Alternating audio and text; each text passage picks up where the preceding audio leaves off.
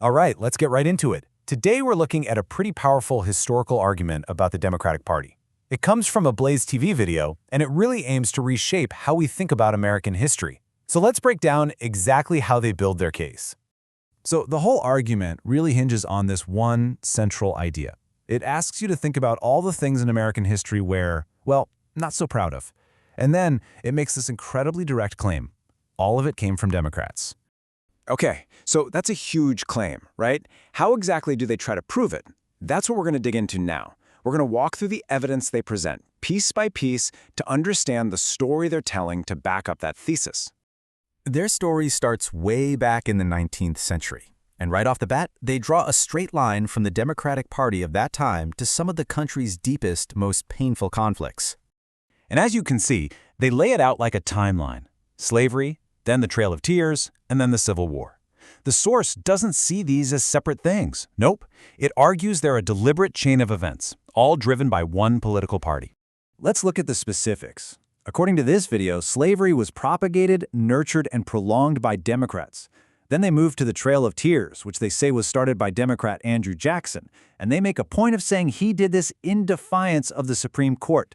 And finally, they pin the Civil War directly on Southern Democratic states, saying they seceded specifically to keep slavery going.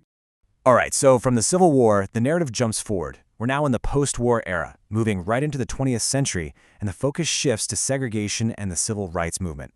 And here, they set up a really stark contrast. On one hand, they claimed that the Jim Crow laws, the ones that legally enforced racial segregation, were put in place by Democrats. And on the other hand, they argue that the Civil Rights Act, decades later, was fought, quote, every step of the way by those same Democrats.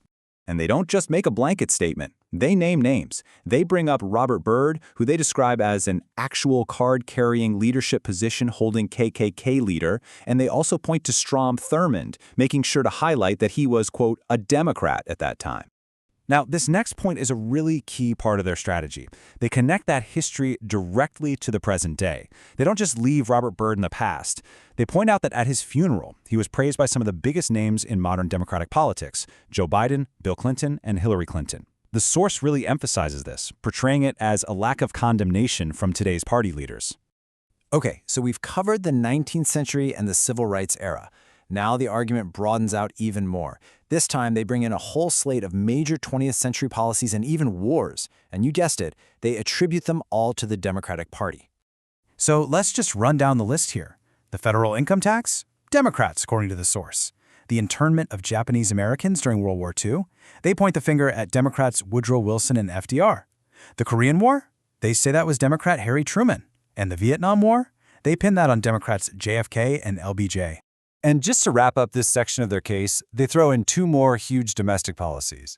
They call Lyndon B. Johnson's Great Society programs an absolute catastrophe, and they describe the legality of abortion, which they firmly lay at the feet of the Democratic Party, as one of the most evil and horrific practices on the planet.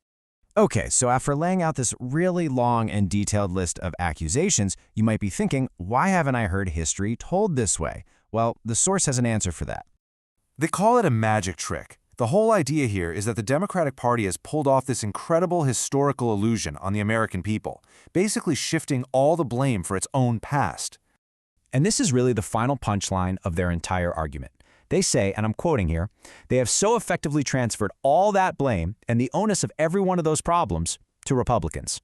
So that's the final twist, the claim that Republicans are now taking the heat for a history that, according to the source, actually belongs to the Democrats. And that's where this breakdown leaves us. We've just walked through a very particular, very pointed narrative of American political history, one that places centuries of blame squarely on one party. So it leaves us with a really big question to think about. How do historical interpretations just like this one end up shaping our own political identities and the way we all talk about politics today?